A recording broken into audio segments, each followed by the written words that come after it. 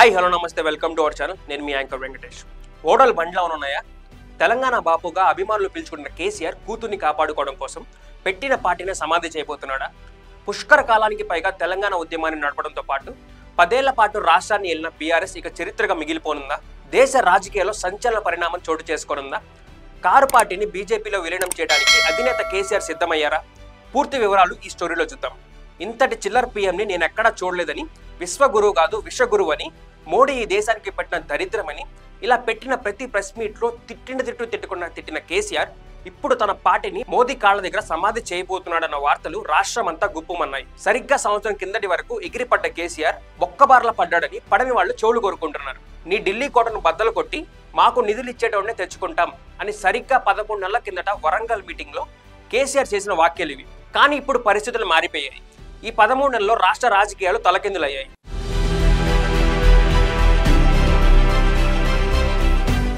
ఓటుకు నోటు కేసులో చిక్కిన రేవంత్ ని తెలంగాణ రాష్ట్ర ముఖ్యమంత్రి అయ్యేంత వరకు కేసీఆర్ తన సాయశక్తుల కృషి చేశాడని చెప్పొచ్చు. ఇది ప్రజల పాలన కాదు దొరల పాలన అని నిత్యం కేసీఆర్ పై గలం విప్పిన రేవంత్ ని ఎక్కడ కనీసం తన పేరు తలవకుండా అణిచివేయాలని చూశాడు. ఫలితంగా మరింత దూకుడుగా నిత్యం ప్రజల్లో ఉన్న రేవంత్ సీఎం అవుతాడని మాత్రం ఊహించలేకపోయాడు. ఇక దొరికిన అవకాశాన్ని చక్కగా వాడుకున్న రేవంత్ సీఎం కుర్చీ ఎక్కగానే phone tapping, power commission, Kaleshwaram scam అంటూ కేసీఆర్ చుట్టూ ఉచ్చు బిగిస్తున్నారు. రోజుకో నేత, వారానికో ఎమ్మెల్యేని చేర్చుకుంటూ రాజకీయంగా దెబ్బ మీద దెబ్బ కొడుతున్నారు. మరోవైపు బిడ్డ అరెస్ట్ తో ఆత్మరక్షణలో పడ్డ కేసీఆర్ సంచలన నిర్ణయం తీసుకోవడానికి సిద్ధమయ్యారంటున్నారు విశ్లేషకులు. బీఆర్ఎస్ పార్టీని బీజేపీలో విలీనం చేయడానికి రెడీ అయిపోయాడని, ప్రస్తుతం చుట్టుముడుతున్న అనేక సమస్యల నుంచి బయటపడాలంటే అదే సరైన నిర్ణయం అని కేసీఆర్ డిసైడ్ అయినట్లు తెలుస్తుందంటున్నారు. ఇందుకు సంబంధించిన చర్చలు ఇరు పార్టీల మధ్య సానుకూల వాతావరణంలో సాగుతున్నట్లు సమాచారం. అయితే ఇది ఇప్పుడే కాదని, ఢిల్లీ ఎన్నికలు ముగిసిన తర్వాతే ఈ విలీన ప్రక్రియ పూర్తి కానున్నట్లు సమాచారం. ఎందుకంటే ఢిల్లీ సీఎం కేజ్రీవాల్ అరెస్ట్ తమకు ఎక్కడ కలిసి వస్తుందని బీజేపీ ధీమాగా ఉంది. ఒకవేళ ఈలోగా బీఆర్ఎస్ ను విలీనం చేసుకుంటే ఆ పరిణామం తమకు ఇబ్బంది కలిగిస్తుందని బీజేపీ నేతలు భావిస్తున్నారు. ఆ ఎన్నికల్లోపై విలీనం పూర్తయితే బీజేపీ బీఆర్ఎస్ ఒకటేనని, లిక్కర్ స్కామ్ అంతా కక్షపూరిత సాధింపేరని ఎదురు దాడి చేసే అవకాశం ఉందని కాషాయ నేతలు అంచనా వేస్తున్నారు. అందుకే ఢిల్లీ ఎన్నికల తర్వాత ఈ విలీన ప్రక్రియ పూర్తి కానున్నట్లు విశ్లేషకులు చెప్తున్నారు.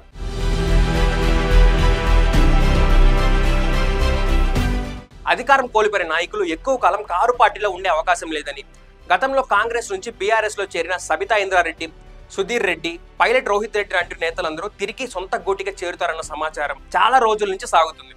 అయితే బీజేపీలో బీఆర్ఎస్ విలీనం అయితే వలసలకు బ్రేక్ పడే అవకాశం ఉంటుంది.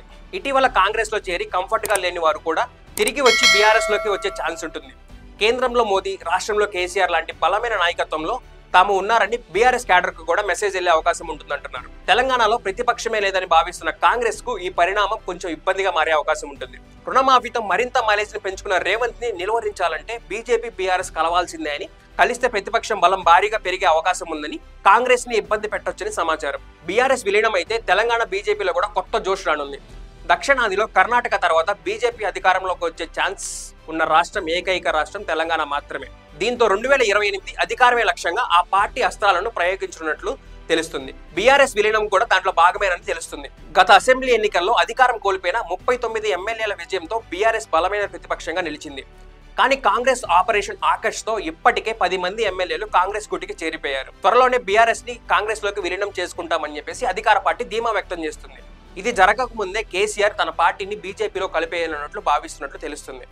విలీనం జరిగితే బీఆర్ఎస్ లో కీలక నేతలుగా ఉన్న హరీష్ రావు, కేసీఆర్, కేటీఆర్ పరిస్థితి ఏంటని చెప్పేసి అందరూ చర్చించుకుంటున్నట్లు సమాచారం. విలీనం లోపే బీజేపీ ఈ విషయంపై బీఆర్ఎస్ కు క్లారిటీ ఇచ్చే అవకాశం ఉంది. తెలంగాణ ఉద్యమానికి సారథ్యం వహించడమే కాకుండా 10 ఏళ్ల పాటు సీఎం గా ఉన్న కేసీఆర్ నే ముందు పెట్టి బీజేపీ తన రాష్ట్రంలో అధికారమే లక్ష్యంగా రాజకీయాలు చేసే అవకాశం ఉంది. మరోవైపు బిడ్డ కవిత అరెస్ట్ తో మానసికంగా కుంగిపోయిన కేసీఆర్ ఆమెకు ఎప్పుడు బెయిల్ వస్తుందో తెలియని పరిస్థితుల్లో ఏర్పడటంతో ఆందోళనలో ఉన్నారు. ఆమె ఆరోగ్యం దెబ్బతిన్న వార్తలు కేసీఆర్ ని మరింత డిప్రెషన్ లో పెడుతున్నాయి. ఈ నేపథ్యంలో కవిత అప్రూవర్ గా మారాలని బీజేపీ ప్రతిపాదన దాకా బీఆర్ఎస్ వ్యతిరేకిస్తున్నట్లు తెలుస్తుంది.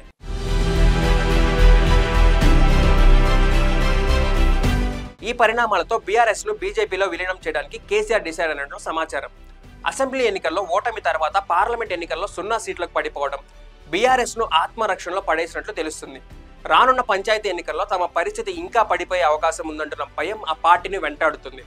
ఈ నేపథ్యంలో రోజు రోజుకు బలపడుతున్న కాంగ్రెస్ ను ఢీకొట్టాలంటే బీజేపీలో విలీనం కావడమే మంచిదన్న నిర్ణయానికి కేసీఆర్ వచ్చినట్లు సమాచారం. 2014 ఎన్నికల్లో బీఆర్ఎస్ బీజేపీకి వచ్చిన సీట్ల కలిపితే 68. అనంతరం జరిగిన 2018 ఎన్నికల్లో ఈ సంఖ్య 88కి పెరిగింది. ఇటీవల 2023 అసెంబ్లీ ఎన్నికల్లో ఈ రెండు పార్టీలకు వచ్చిన సీట్ల మొత్తం 47. సీట్ల సంఖ్య పక్కన పెడితే ఈ రెండు పార్టీలకు వచ్చిన ఓట్ల శాతాన్ని పరిశీలిస్తే రాజకీయాలు తలకిందులు అవుతాయని అర్థం చేసుకోవచ్చు. ఎందుకంటే 2014 బీఆర్ఎస్ బీజేపీకి వచ్చిన ఓట్ల శాతం కలిపితే 41.07%, కాంగ్రెస్కు వచ్చిన ఓట్ల శాతం 25.02% మాత్రమే. 2018లో బీఆర్ఎస్ ప్లస్ బీజేపీకి ఓట్ల శాతం కలిపితే 53.88%. అదే కాంగ్రెస్కు వచ్చిన ఓట్ల శాతం 28.04% మాత్రమే. 2023లో బీఆర్ఎస్ ప్లస్ బీజేపీకి వచ్చిన ఓట్ల శాతాన్ని కలిపితే మొత్తం పోలైన ఓట్లు 51.25% కాగా అదే కాంగ్రెస్కు వచ్చిన ఓట్ల శాతం 39.4% మాత్రమే. తాజా పార్లమెంట్ ఎన్నికల్లోనూ బీఆర్ఎస్ ప్లస్ బీజేపీకి వచ్చిన ఓట్ల శాతం 51.76. ఈ లెక్కలన్నీ పరిశీలిస్తే 2023 ఎన్నికల్లో బీఆర్ఎస్ ప్లస్ బీజేపీ కలిసి పోటీ చేసి ఉంటే ఖచ్చితంగా విజయం సాధించే అవకాశం ఉండొచ్చని అంచనాలకు రావచ్చు. అయితే ఇన్నాళ్ళు కేసీఆర్ టు డి అంటే డి అన్న రీతిలో ఫైట్ చేసిన బండి సంజయ్, ఈటల రాజేందర్తో పాటు కిషన్ రెడ్డి ఈ విలీనాన్ని వ్యతిరేకిస్తున్నట్లు తెలుస్తుంది. ఇన్నాళ్ళు ఎడమొహం పెడమొహంగా ఉన్న ఈ ముగ్గురు నేతలు బీఆర్ఎస్ విలీనాన్ని వ్యతిరేకించడంలో మాత్రం ఒక్కటైనట్లు సమాచారం. అయితే కేసీఆర్ ఏ క్షణంలో నిర్ణయం మార్చుకుంటారో ఎవరు అంచనా వేయలేరు. ఈ విషయం బీజేపీ అగ్రనాయకత్వానికి బాగా తెలుసు. ఏది ఏమైనా తెలంగాణ సాధన లక్ష్యంగా ఏర్పడిన టీఆర్ఎస్ అలియాస్ బీఆర్ఎస్ ని నమ్ముకున్న లక్షలాది మంది కార్యకర్తల నమ్మకాన్ని ఒమ్ము చేసి అధికార బీజేపీలో విలీనం చేస్తాడా లేదా అన్నది కాలమే నిర్ణయిస్తుంది.